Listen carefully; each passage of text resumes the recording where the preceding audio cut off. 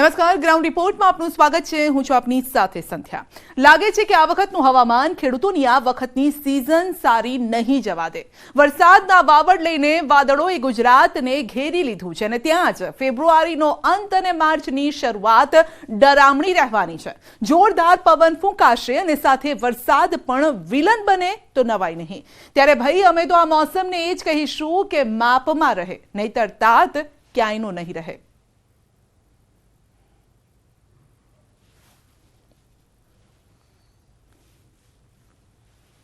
શિયાળો હજુ ગયો નથી ત્યાં ઉનાળાએ તો વચ્ચે એન્ટ્રી મારી જ લીધી છે। મ્યુઝિક નહીં હે। જો કે આવામાં ચોમાસું હજુ જવાના મૂડમાં નથી।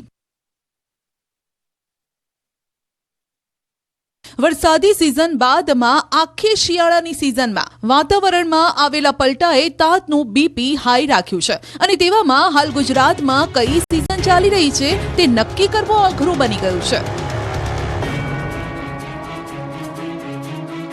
ઠંડા પવનો પાક અને પાક પકવતા માણસ માટે બીમારી લઈને આવ્યા છે અને એવામાં એક એવી આગાહી, જો તે ખેડૂતોએ સાંભળી તો પગ તળેથી જમીન ખસકી જશે તે વાત નક્કી છે। હવામાન નિષ્ણાત અંબાલાલની આગાહી સાંભળશો તો એ વાત તો નક્કી છે કે ખેડૂતોના મોતિયા મરી જશે।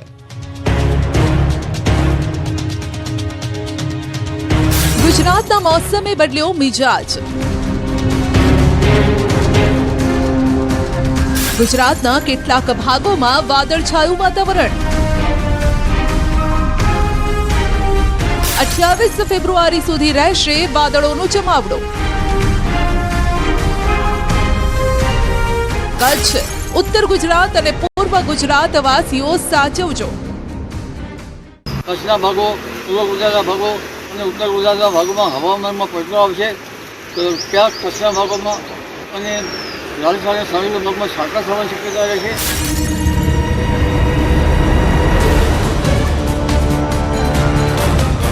આમ પણ ફેબ્રુઆરી મહિનો મોસમની રીતે અપ્સ એન્ડ ડાઉન વાળો જ રહ્યો છે, કારણ કે આ એવો મહિનો છે જ્યારે 3 સિઝનનો અનુભવ લોકોએ કર્યો છે। ક્યારેક ઠંડી તો ક્યારેક ગરમી અને તેવામાં બાકી હતું તે વરસાદે પૂરું કરી દીધું। માટે જો તમે એમ માનતા હોવ કે ફેબ્રુઆરી બાદ મોસમ તેના માપમાં રહેશે તો તમે ભૂલ કરો છો, કારણ કે અંબાલાલના મતે તો ફેબ્રુઆરી જ નહીં, માર્ચમાં પણ માવઠું પીછો નહીં છોડે। માર્ચના 5 દિવસ તાત માટે ભારે। માર્ચના પહેલા અઠવાડિયામાં હવામાન આપશે દગો।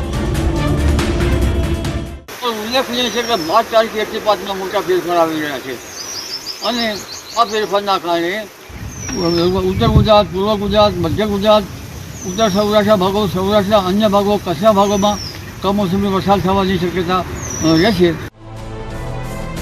સાંભળ્યો, અંબાલાલ કાકાની આ ચોંકાવનારી આગાહી છે। માર્ચનું પહેલું અઠવાડિયું ખેડૂતોને રડાવશે। દક્ષિણ ગુજરાતને બાદ કરતા કદાચ એવો કોઈ ખૂણો બાકી નહીં હોય જ્યાં વાદળો ના બંધાય। એટલે કે આ વાત પરથી એક વાત તો કહેવી પડશે કે માવઠાને ગુજરાતની ધરતી માફક આવી ગઈ છે। માર્ચમાં એવું વાતાવરણ બનશે કે તમે નક્કી જ નહીં કરી શકો કે શું કરવું। મધ્ય ગુજરાતમાં પવન બતાવશે તેનું જોર। 50 કિલોમીટરની ઝડપે ફૂંકાઈ શકે છે પવન। આંચકાનો પવન બગાડશે ખેડૂતોની બાજી। એટલે કે જો તમે એવું માનતા હોય કે માર્ચના પહેલા અઠવાડિયા બાદ શાંતિ મળી જશે તો ના, અંબાલાલની આગાહી અહીં પૂરી નથી થતી। કાકાએ ઉપરા છાપરી એક બાદ એક એવી આગાહી કરી છે કે સૌ કોઈ ચોંકી જાય, આંખો પહોળી થઈ જાય અને કાન પણ સરવા કરવા પડે કે ખરેખર કાકા બોલી રહ્યા છે સાચું છે કે ખોટું। માર્ચના બીજા અઠવાડિયા માટે પણ અંબાલાલ કાકાએ તાતને ચેતવ્યા છે। પણ હવામાનમાં મોટા પલટા આવશે અને આ પલટાના કારણે પણ હવામાન ધારા ફેરફાર થશે। વાયુના તોફાનો, પવન, કમોસમી વરસાદ વગેરે થવાની શક્યતા રહેશે અને ક્યારેક 20-21માં ઉત્તર ગોળાર્ધમાં સૂર્ય આવતા વિશ્વ દિવસમાં ગરમીની શરૂઆત થશે। હમણાં પણ ગરમી પડશે। એટલે કે કુલ મળી અડધો માર્ચ હવામાન ડોફરાયેલું રહેશે. માટે અમે તો એમ જ કહીશું કે ભાઈ મોસમ તું માપમાં રહેજે હો.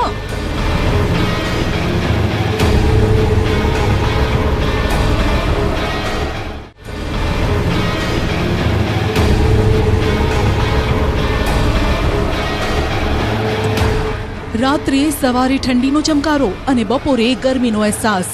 પવનની દિશા બદલાતા ઠંડીનો અહેસાસ થઈ રહ્યો છે. જો કે આ આફત આવી रही છે उत्तर भारत थी. गुजरात की बात करें तो मौसम मुख्य तौर पे जो है ड्राई बना रहेगा.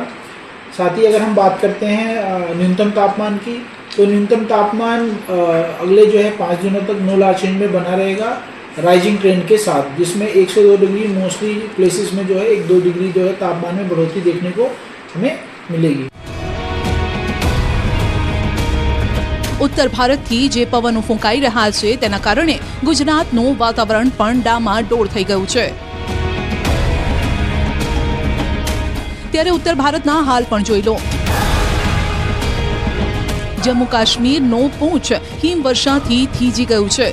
બીજી તરફ ઉત્તરાખંડમાં પહાડી વિસ્તારોમાં પણ હિમવર્ષા હજુ પણ યથાવત છે. જનપદ ઉત્તરકાશીમાં ઊંચાઈવાળા વિસ્તારોમાં ભારે હિમવર્ષા થઈ રહી છે, જેના કારણે પ્રવાસીઓમાં ભારે ખુશીનો માહોલ છે. મોરીના સંકરી વિસ્તારમાં વર્ષની ત્રીજી હિમવર્ષા થઈ છે. તાજા હિમવર્ષાને માણવા માટે મોટી સંખ્યામાં પ્રવાસીઓ પણ ઉમટી રહ્યા છે. પ્રવાસીઓના ધસારાના પગલે સ્થાનિક વેપારીઓમાં પણ ખુશીનો માહોલ છે. ઉત્તરાખંડના ઘણા ભાગોમાં હિમવર્ષા થઈ રહી છે. પહાડી વિસ્તારમાં 19 થી 21 ફેબ્રુઆરી સુધી ભારે બરફવર્ષા થઈ, જે બાદ 22 અને 23મીએ વાતાવરણ સામાન્ય થયું હતું. જો કે ત્યારબાદ પણ હિમવર્ષા યથાવત છે. બદ્રીનાથ, હેમકુંડ સાહિબ, ફૂલોની ઘાટી, નીતિમાણા ઘાટી સહિત પ્રવાસન સ્થળો હિમવર્ષાના કારણે અલગ જ ભાસી રહ્યા છે. આ તરફ ઓલીમાં પણ સતત બરફવર્ષા ચાલુ છે. તાજી હિમવર્ષામાં સ્કીઇંગ કોર્સ પણ શરૂ થયા છે. હવામાન વિભાગના મતે ઊંચાઈવાળા વિસ્તારોમાં હજુ કેટલાક દિવસ હિમવર્ષા થઈ શકે છે. એટલે કે ઉત્તર ભારતના વાતાવરણની અસર ગુજરાત પર વર્તાઈ રહી છે. છેલ્લા 3-4 દિવસથી પવનની ગતિ પણ વધી ગઈ છે. દિવસે ઠંડા પવનો ફૂંકાઈ રહ્યા છે અને સોમવાર સવારથી જ ગુજરાતનું આકાશ વાદળોથી ઢંકાઈ ગયું. જો કે ભારે પવનના કારણે જૂનાગઢના ગિરનાર પર રોપવે સેવા બંધ કરવી પડી.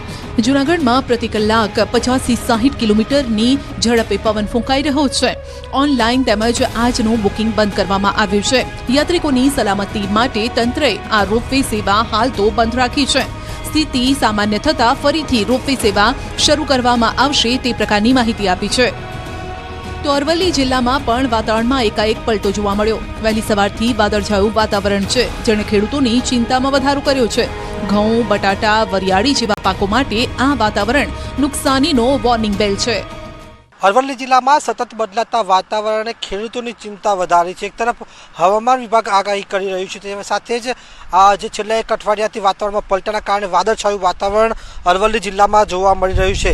કારણ કે જે પ્રકારે પવનો ફૂંકાઈ રહ્યા છે, વાદળછાયું વાતાવરણ છે, તેના કારણે મકાઈ, ઘઉં સહિતના પાકોમાં ભારે ખતરો જોવા મળી રહ્યો છે. પરંતુ આપ દ્રશ્યોમાં જોઈ શકો છો કે જે પ્રકારે વહેલી સવારથી વાદળછાયું વાતાવરણ જોવા મળી રહ્યું હતું, તેના કારણે ક્યાંક ને ક્યાંક જે મરચાની ખેતી છે, ઘઉંની ખેતી, મકાઈની ખેતી સહિત જે પાકો છે, તેના ઉપર ખતરો પેદા થયો છે. પહેલી નજરે ભલે આપને આ પ્રકારની સ્થિતિ સામાન્ય લાગતી હોય, પરંતુ સતત વાતાવરણમાં જે પલટો આવી રહ્યો છે તેણે કેવી રીતે ખેડૂતોને બરબાદ કરી નાખ્યા છે તેનો પુરાવો પણ અમે આપને બતાવી રહ્યા છે. જોઈ લો આ દ્રશ્યો. વાદળોએ પાકની ફેરવી પથારી. ઘઉંમાં ઈયળોનો ઉપદ્રવ. મહામૂલા ઘઉં પર ખેડૂતે ફેરવ્યું રોટાવેટર. રાજકોટના ભાયાવદરના દ્રશ્યો છે, જ્યાં ખેડૂતે કાળજું કઠણ કરી અને તેની મહેનતને જ ભોંય ભેગી કરી દીધી. આખરે કરે તો પણ શું કરે? મોંઘા બિયારણ, જંતુનાશક દવા અને કાળી મજૂરી કરી ઘઉંનો પાક લીધો હતો, પરંતુ આ વખતે સિઝનમાં જોઈએ તેવી ઠંડી ન પડી. બાકી હતું તે કસર તો આ વાદળોએ પૂરી કરી નાખી. ઘઉંમાં ઈયળ આવી જતા ખેડૂત નિરાશ થઈ ગયો. આટલી મહેનત અને પાણીની જેમ પૈસા ખર્ચ કરવા છતાં 70% ઉતારો ન આવતા ખેડૂતે તેના હાથેથી જ વાવેલ અને માવજત કરેલ પાકનો નાશ કર્યો છે. દિલ પર પથ્થર રાખી અન્નદાતાએ ઘઉંના ખેતરમાં રોટાવેટર ફેરવી દીધું. તમે લાગે 50-60% ડુંડી આની અંદર ઈયળ આવી ગઈ છે અને આ નાશ થાય એમ છે, તો એક મણ એક ખાંડી એવી કે ન થાય તો આજે 400 રૂપિયાનો ભાવ ગણી તો 20 ચોકને 80-8 હજાર રૂપિયા ખેડૂતને મળે તો અમે હજી આમાં ખાતર નાખવું અને કાઢવાના 700 રૂપિયા હાર્વેસ્ટરવાળાને દેવા, આ મજૂરી કરી તો ખેડૂતના હાથમાં વધે હું. આ તરફ ઉત્તર ગુજરાતમાં શાકભાજીના હબ તરીકે જાણીતા સાબરકાંઠા જિલ્લાની હાલત પણ કંઈક આવી જ છે. શાકભાજીની સાથે ફળોની ખેતી તરફ વળેલા ખેડૂતોની હવે માઠી દશા બેઠી છે. જે દાડમ આ ખેડૂતોને લાખોની કમાણી કરી આપતા હતા તે જ દાડમ હવે ખેડૂતોને મીઠા નહીં પરંતુ કડવા લાગી રહ્યા છે. જે દાડમ પાછળ ખેડૂતોએ 55,000નો ખર્ચ કરી 3 લાખ સુધીની કમાણી કરતા હતા તે જ દાડમથી હવે ખેડૂતો મોં મચકોડી રહ્યા છે. 5-7 વર્ષ પહેલા 250 થી 300 વીઘાનું વાવેતર હતું, પણ વાતાવરણ ચેન્જિંગના કારણે અને 50,000 રૂપિયા પર વીઘા ખર્ચો સામે ઉત્પાદન 2-2.5 લાખ રૂપિયા આવતું હતું, પણ આ વાતાવરણ ચેન્જિંગના કારણે ઉત્પાદન ઘટ્યું છે. એટલે અત્યારે હાલ 100 વીઘા આજુબાજુ દાડમનું વાવેતર કરેલ છે. દાડમ લગભગ અમારા ગામમાં 22 વર્ષથી છે. એમાં પહેલાં તો 400-500 વીઘામાં હતું, પરંતુ છેલ્લા 2-1 વર્ષથી આમાં એક તો મર રોગ જે સુકારો છે એના લીધે થોડી તકલીફ છે, બીજું તેલીઓ, આ બંનેનો વધારે પ્રોબ્લેમ તથા વાતાવરણ જે અનબેલેન્સ છે એના લીધે અત્યારે હાલ 100-125 વીઘાની આજુબાજુ દાડમ હવે બચ્યા છે. આમ તો દાડમની ખેતી ખર્ચની સાથે મહેનત પણ માંગી લે છે. જો પાકની યોગ્ય કાળજી લેવામાં ન આવે તો નુકસાની પણ વેરવી પડે. તેવામાં ચાલુ વર્ષે સાબરકાંઠા જિલ્લામાં 300 હેક્ટર વિસ્તારમાં દાડમનું વાવેતર કરાયું છે, પરંતુ વાતાવરણમાં સતત જે પલટાવી રહ્યા છે તેણે પાકની માઠી દશા બેસાડી છે. દાડમમાં સુકારો અને તેલિયા નામનો રોગ આવી ગયો છે. તેવામાં મજૂરી ખર્ચ પણ વધી જતા હવે ખેડૂતોનો દાડમની ખેતીથી મોહ ભંગ થઈ ગયો છે. એક તરફ તાતના માથે આફત છે તો બીજી તરફ કેટલાક ખેડૂતો ખુશ પણ જોવા મળી રહ્યા છે. ગુજરાતમાં નંબર 1 ગણાતું ગોંડલ માર્કેટ યાર્ડ હાલ મરચાથી ઉભરાઈ ગયું છે. સૌરાષ્ટ્રભરમાંથી ખેડૂતો મરચાનું વેચાણ કરવા માટે યાર્ડમાં પહોંચ્યા. ગોંડલ માર્કેટ યાર્ડમાં રાજકોટ, જામનગર, જૂનાગઢ, પોરબંદર સહિતના સૌરાષ્ટ્ર પંથકના ખેડૂતો આવી જતા ગોંડલ માર્કેટ યાર્ડમાં બહાર અને બંને બાજુ 6 કિલોમીટર લાંબી ટ્રકોની લાઈન લાગી. 1600 થી પણ વધુ મરચા ભરેલા વાહનોનો ખડકલો થઈ ગયો, જેના કારણે એક જ દિવસમાં 65,000 ભારી મરચાની આવક થઈ. હરાજીમાં મરચાના સારા ભાવ પણ ખેડૂતોને મળી રહ્યા છે. 20 કિલોના 1,000 થી લઈ અને 4,000 સુધીના ભાવ બોલાયા, જેથી ખેડૂતોને પણ લાલ અને તીખા તમતમતા મરચા અત્યારે લાણી કરાવી રહ્યા છે. સમગ્ર સૌરાષ્ટ્રમાંથી મરચાનો પાક લઈ અને ખેડૂતો ગોંડલ માર્કેટિંગ યાર્ડ જ પોતાનો માલ વેચવા માટે પસંદ કરતા હોય, એટલે જ આવી અત્યારે આવક થતી હોય છે. અને આજે મરચાનો ભાવ 1,000 રૂપિયાથી લઈ અને 4,000 રૂપિયા સુધીની મરચાનો ભાવ જતો હતો. રાજ્યના ખેડૂતોને પોતાના પાકના પોષણક્ષમ ભાવ મળી રહે તે માટે પાકોની ખરીદી શરૂ થશે. ઘઉં, જુવાર, બાજરી, મકાઈ નિગમ મારફતે ખરીદવાની સરકાર તરફથી કુંવરજી બાવળિયાએ જાહેરાત કરી છે. એટલે કે ટૂંક સમયમાં જ આ તારીખો પણ નક્કી થશે. ભારત સરકાર દ્વારા લઘુત્તમ ટેકાના ભાવ પર નોંધણી કરવાની રહેશે. 31 માર્ચ સુધી ખેડૂતો જરૂરી દસ્તાવેજો સાથે તેની નોંધણી પણ કરાવી શકશે. કુલ મળી ખેડૂતોની તો એક જ આશા હોય છે કે વાતાવરણ તેમને સાથ આપે અને પોષણક્ષમ ભાવ પણ મળે. જો ભાવ મળે તો પછી તેમની સિઝન પણ સારી ગઈ છે તેવું કહેવાય. રાજ્યમાં ખેડૂતોને તેઓના પાકના પોષણક્ષમ પૂરતા ભાવ મળી રહે તે માટે રવિ માર્કેટિંગ માટે આ સિઝનમાં એટલે ચાલુ વર્ષ 2024-25માં રાજ્ય સરકાર દ્વારા લઘુત્તમ ટેકાના ભાવે ઘઉં, ઉનાળુ બાજરી અને મકાઈ, જુવાર વગેરે ખરીદી અમારું ગુજરાત રાજ્ય નાગરિક પુરવઠા નિગમ એટલે અમારા નિગમ મારફતે ગાંધીનગર ખાતેથી એટલે અમે ખરીદવા માટેની આજે આપણે જાહેરાત કરીએ છીએ.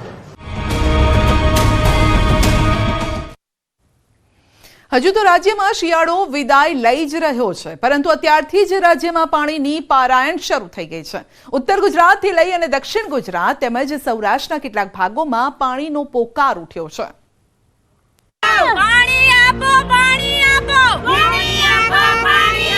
માણા તો મરી જાય છે પછી શમશાને પૂગે છે. અહીંયા તો અમે ધીરે ધીરે શમશાનમાં પડ્યા છે, એમને જોવાય કોઈ નથી આવતું. પાણી આવતું નથી. અને ટેન્કર મંગાવીએ તો ટેન્કર પણ નહીં આવતું નથી. રસ્તો નથી અને અમે પાણી હાટું તલખીએ છીએ. અમને આ 40 વર્ષથી આ પાણી મળતું નથી. અને મેન વિષય આ પાણીનો છે અને આવતા અઠવાડિયા સુધી અમને પાણીનો પ્રશ્ન સોલ્વ નહીં થાય તો અમે ભૂખ હડતાલ ઉપર બેસવાના છીએ. અહીંયા ખારું પાણી આવે છે, એ 4 દાડા આવે, 5 દાડે આવે, એ અનિયમિત. આ વેદના, આ મજબૂરી, આ સમસ્યા તેમજ આ રોષ ઉત્તર ગુજરાત અને સૌરાષ્ટ્રના અંતરિયાળ ગામોમાં વસતા લોકોનો છે, જેઓ પેટીઓ રડવા માટે અત્યંત સંઘર્ષ કરી રહ્યા છે. આખો દિવસ કાળી મજૂરી કરે છે. સાંજે જ્યારે ઘરે પરત ફરે ત્યારે ઘરમાં પાણી પણ નથી હોતું. તેઓ સરકારને અને તંત્રને પૂછી રહ્યા છે કે આવો અન્યાય કેમ તેઓ વિકાસની હરણફાળ ભરતા દેશમાં પાણી માટે વલખા મારી રહ્યા છે. અમે બહાર કામ કરવા જઈએ, રસોઈનું કામ કરવા જઈએ, બરોબર. હવે ઘરે આવીએ તો પાણીનો પ્રોબ્લેમ, તો પાણી વગર અમારે કરવું શું એમ. એટલે શ્રી સરકારને વિનું એમ કે પાણી માટે અમને મદદ કરે. કેટલા સમયથી 50 વર્ષથી અમે રહીએ, 50 વર્ષથી પાણી હે. અત્યારે હાલે પણ હેડો મારા હોજમાં પાણી નથી. આ દ્રશ્યો જુઓ, હાથમાં માટલા અને મોઢા પર નિરાશા. બનાસકાંઠાના રાધનપુરના દ્રશ્યો છે, જ્યાં પાણીનો પોકાર ઉઠ્યો છે. મહિલાઓ કહી રહી છે કે હવે બસ થયું, હવે તંત્ર સામે બાયો ચઢાવવી પડશે. સરકાર પાણી નહીં આપે તો હવે ભૂખ હડતાલ પર ઉતરવું પડશે. એ લોકો વોટ માંગવા આવે છે ત્યારે બધી સુવિધાઓનું કહે છે અને વોટ માંગીને જાય 5 વર્ષે એ લોકો ભૂલી જાય છે કે લોકોની શું પરિસ્થિતિ છે. અને મેન વિષય આ પાણીનો છે અને આવતા અઠવાડિયા સુધી અમને પાણીનો પ્રશ્ન સોલ્વ નહીં થાય તો અમે ભૂખ હડતાલ ઉપર બેસવાના છીએ. મહિલાઓનો દાવો છે કે તેમના ઘરે નળ છે, પણ નળમાં પાણી આવે તો ખરું, જેથી મીઠું પાણી ભરવા સંપે જવું પડે છે. જો કે ત્યાં પણ કલાકો બેસવા છતાં પણ એક બેડું માંડ પાણી ભરાય છે. મેં કેટલા 7-8 વર્ષથી તો અહીંયા એક જ જગ્યાએ રહે, પણ પાણીનો પ્રશ્ન અમને છે ને કેટલા વર્ષોથી નથી આવતી. તો મને ખબર છે, પણ મીઠું પાણી ભરવા માટે અમારે ટાંકે જવું હોય, 2 કલાક બેસીએ, 3 કલાક બેસીએ. એ બે ઘણા લઈને આવે, બધા ભરે, અમારે એક દેગડું લઈને ગયા હોય તો ઊભું રહેવું પડે મોટા ભાઈ. આવા જ રોષ સાથે મહિલાઓ રાધનપુર ધારાસભ્યના નિવાસસ્થાન પર પહોંચી માટલા ફોડી આક્રોશ વ્યક્ત કર્યો. મહિલાઓની માંગ છે કે નિયમિત પાણી આપવામાં આવે અને મીઠું પાણી આપવામાં આવે. હવે જોવાનું એ રહેશે કે રાધનપુર તંત્ર અને નેતાઓની ઊંઘ ઉડે છે કે નહીં, આ વેદના તેમના દિલ સુધી પહોંચે છે કે નહીં. દ્રશ્યો છે રાધનપુર વિસ્તારના, જ્યાં મહિલાઓ પાણીને લઈને પીવાનું પાણી અનિયમિત અને ખારું મળવાના કારણે વિરોધ પ્રદર્શન કરી રહી છે. સ્થાનિક મહિલાઓ જે રીતે જણાવી રહી છે તે પ્રમાણે રાધનપુર વિસ્તારમાં 10-10 દિવસે અનિયમિત પાણી આવે છે અને એ પાણી પણ ખારું આવવાના કારણે પીવા લાયક હોતું નથી. ચોક્કસ કહીએ કે મહિલાઓ જે પ્રમાણે કહી રહી છે તે પ્રમાણે રાધનપુર વિસ્તારમાં કરોડોના ખર્ચે પીવાના પાણીના સંપતો બનાવ્યો છે, પરંતુ રાધનપુર વિસ્તારના મોટા ભાગના વિસ્તારોમાં અનિયમિત પાણી આવે છે. આ તરફ રાજકોટ જિલ્લાના ધોરાજીનો એક વિસ્તાર પણ આવો છે, જે પાણીદાર તંત્ર સામે પાણીની માંગણી કરી રહ્યો છે. આ વિસ્તાર છે ધોરાજીનો નાભીરાજ. રેલવે પાટા પાછળના વિસ્તારમાં અત્યંત ગરીબ લોકો વસવાટ કરે છે, જેમને બીજા લોકોની જેમ આંદોલન કરવાનો સમય નથી, કારણ કે જો આંદોલન કરે તો તેમના બાળકો ભૂખ્યા મરે. સ્થાનિકોના કહેવા મુજબ અહીં 150 જેટલા મકાનો છે, જે આમ તો નગરપાલિકા વિસ્તારમાં આવે છે. જો કે સ્થાનિકોને લાગી રહ્યું છે કે નગરપાલિકા આ વિસ્તારને પોતાનો વિસ્તાર માનતું જ નથી, એટલે જ પ્રાથમિક સુવિધાઓ પણ નથી. વિસ્તારમાં 40 વર્ષોથી લોકો રહે છે. વેદના હવે આકરા શબ્દો દ્વારા બહાર આવી રહી છે. તેમને લાગી રહ્યું છે કે લોકો મૃત્યુ પામ્યા બાદ સ્મશાને જાય છે, પરંતુ તેઓ તો જીવતા જીવત સ્મશાનનો અનુભવ કરી રહ્યા છે. હા, ધારાસભ્ય કોઈ નો આવ્યા, જોવાય નો આવ્યા. હા, માણા તો મરી જાય છે પછી શમશાને પૂગે છે. અહીંયા તો અમે જીરે શમશાનમાં પડ્યા છે, એમને જોવાય કોઈ નથી આવતું. નાભીરાજ વિસ્તારમાં પાણી ન આવતા આ વિસ્તારમાં રહેતા લોકોને રેલવે પાટા ક્રોસ કરી પાણી ભરવા અને કપડાં ધોવા જવું પડે છે. અશક્ત મહિલાઓ હોય કે બાળકો, તમામ લોકો અહીં રોજ આ જ સંઘર્ષ કરે છે. દેશ આઝાદ થયો પણ અમે આઝાદ નથી થઈ એ, કેમ કે એટલા વર્ષથી અહીંયા પાણી નથી.